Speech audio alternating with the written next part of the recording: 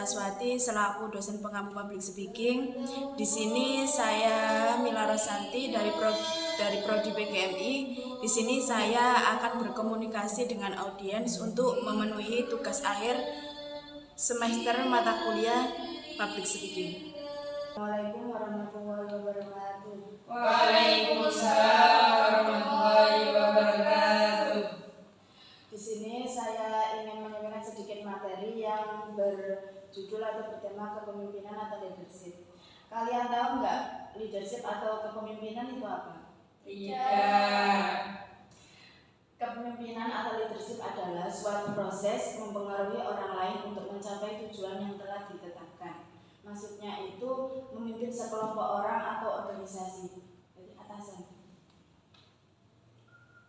Unsur-unsur kepemimpinan yang pertama itu ada atasan yang mempunyai wewenang untuk memimpin. Berarti seperti semua yang harus dilakukan itu harus izin dulu kepada atasan atau pemimpin. Yang kedua yaitu anggota atau bawahan yang membantu pemimpin untuk mencapai tujuannya yang tertentu. Dan yang ketiga misi, tujuan, dan target. Misinya itu bagaimana untuk menyelesaikan tujuan atau kegiatan tersebut, terus tujuannya itu bagaimana, target mencapai kegiatan tersebut itu bagaimana. Terus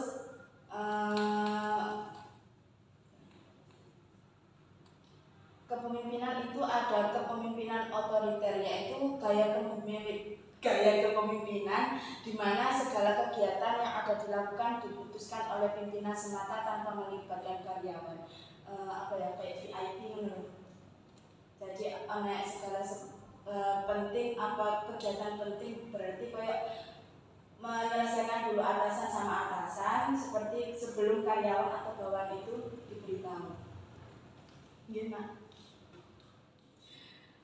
Kepemimpinan otoriter itu apa saja sih? Yang pertama, wewenang mutlak terpusat pada atasan. Yang kedua, keputusan dan kebijakan dibuat oleh pemimpin tanpa konsultasi dengan karyawan. Yang ketiga, komunikasi berlangsung satu arah. Yang keempat, pengawasan dilakukan secara ketat. Yang kelima, lebih banyak kritik daripada ujian. Dan keenam, pimpinan menuntut kesetiaan dan prestasi sempurna.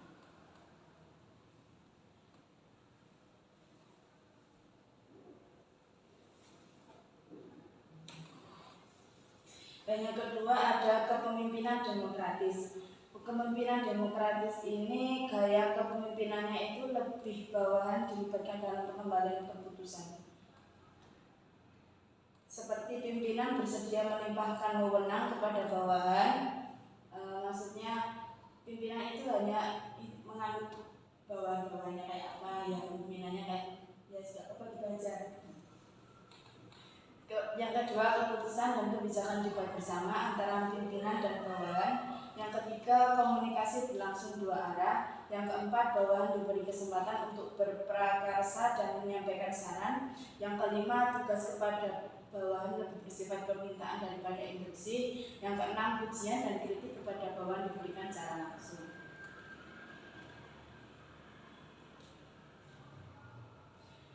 Yang ketujuh, free rein leadership atau kepemimpinan bebas kendali, yaitu gaya kepemimpinan yang percaya pada supervisi minimal dan menyerahkan sebagai keputusan kepada bawahan.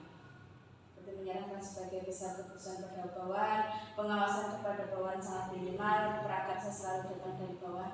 Jadi pemimpin itu jarang berkontribusi kepada bawahan. Apa-apa mesti bawahan yang melibatkan lah kayak gitu.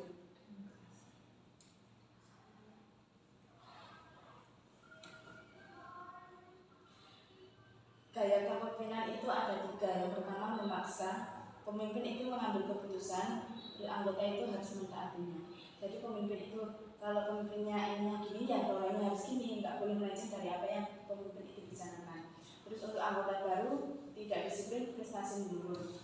Untuk memulai usaha baru, usaha dalam kondisi kritis. Yang kedua, terpimpin atau demokratif konsultatif. Pemimpin dan anggota bersama-sama membantu mencari masalah. Jadi musyawarah. Yang ketiga, bebas, yang diberi anggota diberi bebas mengembangkan kreasinya.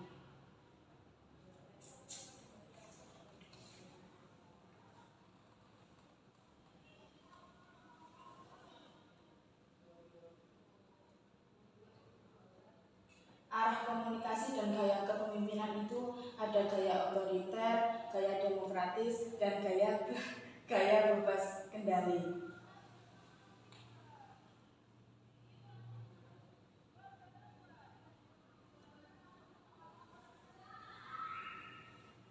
Baik, ada yang ditanyakan?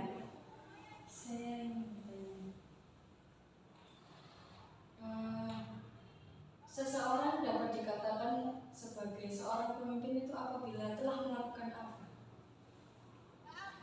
Seseorang bisa dikatakan sebagai pemimpin itu bisa melakukan apa? Yang saya tahu hanya 3 hal. Yang pertama, mengetahui jalan menuju keberhasilan.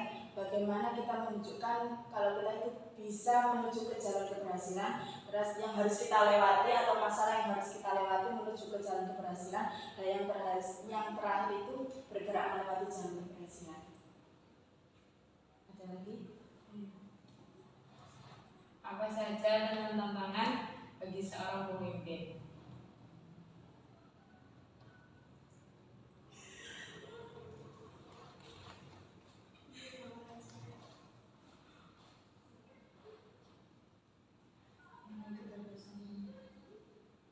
Yang pertama, Apa saja tantangan yang dihadapi oleh seorang pemimpin? Yang pertama seperti anggota yang sulit diatur, terus anggota yang berkeinginan melakukan kegiatan atau mengadakan kegiatan apapun tanpa sepengetahuan pemimpin. Terus apa lagi ya?